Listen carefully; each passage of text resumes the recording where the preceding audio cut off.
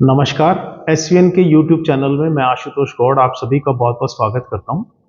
दोस्तों, पिछले कुछ दिनों से कुछ पेरेंट्स ये डिमांड कर रहे थे कि उनके बच्चों का स्क्रीन टाइम बहुत ज़्यादा बढ़ गया है।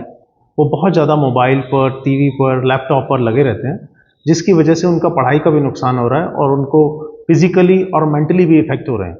मैं भी ये देखता हूँ कि इवन आप सेकंड, थर्ड, फोर्थ स्टैंडर्ड के बच्चों को भी देखें तो आउट ऑफ 30 7 से 8 बच्चे ऐसे हैं जिनको स्पेक्स लग गए हैं। तो कहीं ना कहीं ये सिचुएशन अलार्मिंग है। तो ऐसे में एक्सेसिव मोबाइल यूज़ को, एक्सेसिव स्क्रीन टाइम को कैसे रिड्यूस करें, आज इसी के बारे में चर्चा करने के लिए मैं आप सबके समक्ष प्रस्तुत हुआ हूँ। साथियों, आपको आज 5 इफ़ेक्टिव स्ट्रेटजीज़ आपसे डिस्कस करूँगा जिससे हम बच्चों के स्क्रीन टाइम को रिड्यूस कर सकते हैं। सबसे पहले तो ये समझना बहुत ज़रूरी है कि बच्चे के लिए कितना मोबाइल देखना या कितना स्क्रीन टाइम एक्सेप्टेबल है।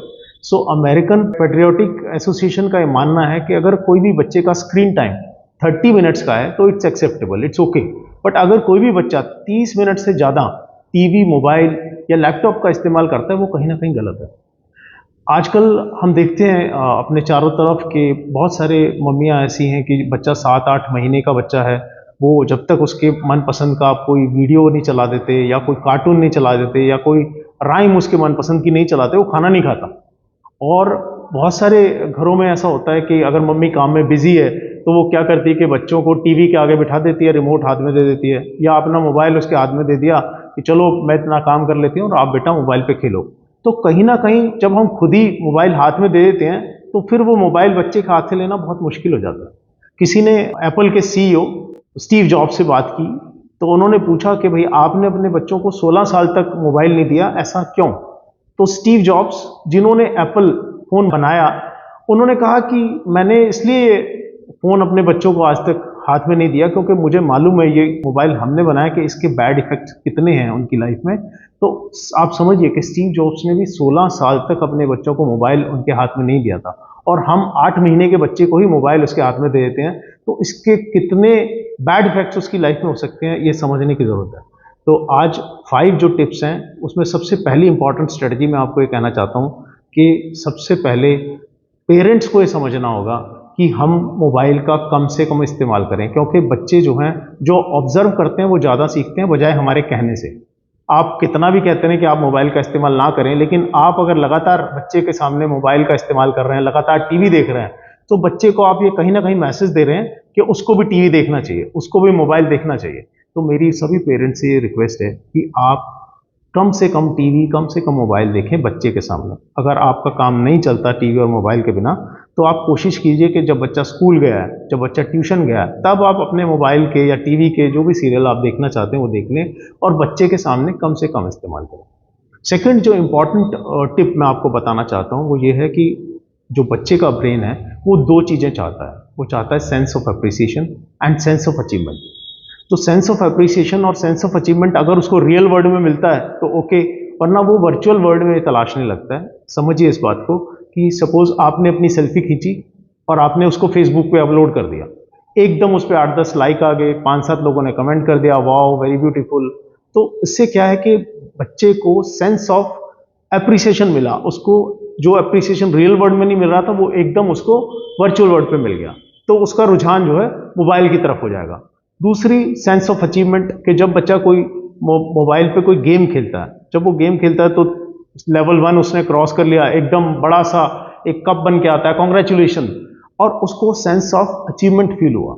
जब ये सेंस ऑफ अचीवमेंट और सेंस ऑफ एप्रिसिएशन किसी बच्चे को रियल वर्ल्ड में मिलने लगेगा तो वो उसका स्क्रीन टाइम रिड्यूस हो जाएगा। तो उसके लिए क्या करें?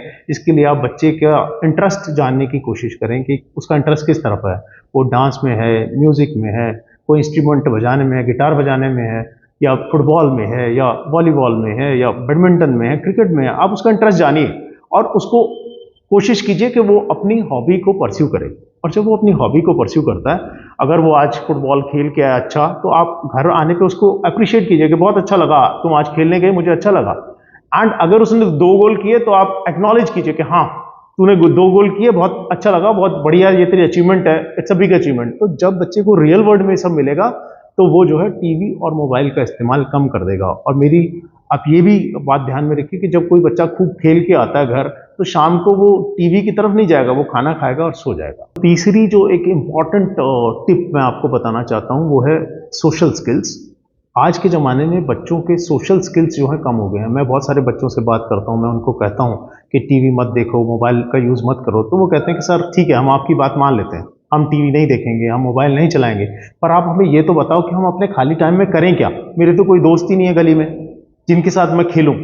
साथियों, हम अपने बच्चों को कैसे खाना खाएं, कैसे सोएं, कैसे कपड़े पहने, कैसे तैयार हों, ये सब तो सिखाते हैं, लेकिन सोशल स्किल्स हम अपने बच्चों को नहीं सिखाते कि कैसे नए दोस्त बनाएं, कैसे घुले मिलें, कैसे अपने रिलेशंस को और अच्छे करें।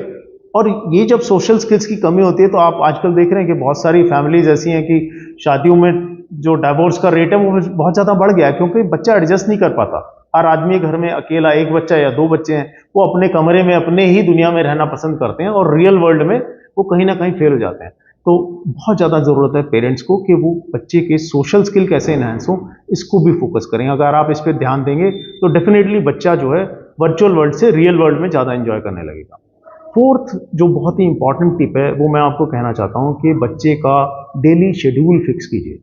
मम्मी, पापा और बच्चा तीनों बैठें और वो डिसाइड करें कि बच्चा जब स्कूल से घर आएगा उसके बाद वो थोड़ी देर रेस्ट करेगा, खाना खाएगा और फिर वो क्या क्या करेगा बचे हुए टाइम में, ये शेड्यूल फिक्स करें कि कितनी देर खेलना है, कितनी देर पढ़ाई करनी है और कितनी देर स्क्रीन पे आपने टाइम देना है।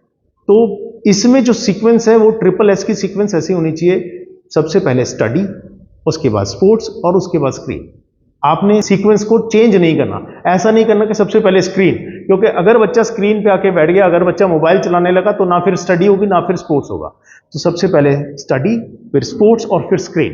तो इस तरह से आपने बच्चे का शेड्यूल फिक्स करना है। अगर आप शेड्यूल फिक्स कर देंगे तो जब बच्चा खेल कूद के घर आता है शाम को, तो वो कम ही मोबाइल चलाएगा, कम ही टीवी देखेगा और वो रूटीन में अपनी लाइफ में मोबाइल से धीरे धीरे दूर हो जाएगा। एंड लास्ट और इम्पॉर्टेंट टिप मैं आपको देना चाहता हूँ वो है डिवाइस फ्री डिनर। फ्रेंड्स, मैंने बहुत सारे घरों में ऑब्जर्व किया है कि जब शाम को हम डिनर की टेबल पे बैठते हैं तो ज़्यादातर लोगों के डाइनिंग टेबल के सामने टीवी लगा होता है और सब लोग टीवी देख रहे होते हैं, और जो डाइनिंग टेबल पे आपस में संवाद होना चाहिए, आपसी बातचीत होनी चाहिए, घर सभा होनी चाहिए, वो मिसिंग है कहीं ना कहीं। और कोई भी रिलेशनशिप तभी स्ट्रांग रह सकता है जब वहाँ कम्युनिकेशन है। धीरे धीरे हमारे बच्चों से कम्युनिकेशन कम होता जाता है, जिसकी वजह से बच्चे जो हैं वो वर्चुअल वर्ल्ड की तरफ ट्रांसफ़र हो जाते हैं। तो फ्रेंड्स, अपने घर में जहाँ भी आपका डाइनिंग टेबल है वहाँ एक बड़ी सी तख्ती लगाइए और लिखिए कि यहाँ इलेक्ट्रॉनिक गैजेट प्रोहिबिटेड। वहाँ कोई भी आदमी अपना मोबाइल लेके ना जाए। घर का जहाँ डाइनिंग एरिया है वहाँ कोई भी टीवी या कोई इलेक्ट्रॉनिक गैजेट ना हो। अगर आप ऐसा करेंगे तो मुझे लगता है कि धीरे धीरे जो मोबाइल की जिस समस्या से आप जूझ रहे हैं, इससे बच्चे भी बाहर आ पाएंगे और हम अपने बच्चों को हेल्दी और ब्राइट फ्यूचर दे पाएंगे।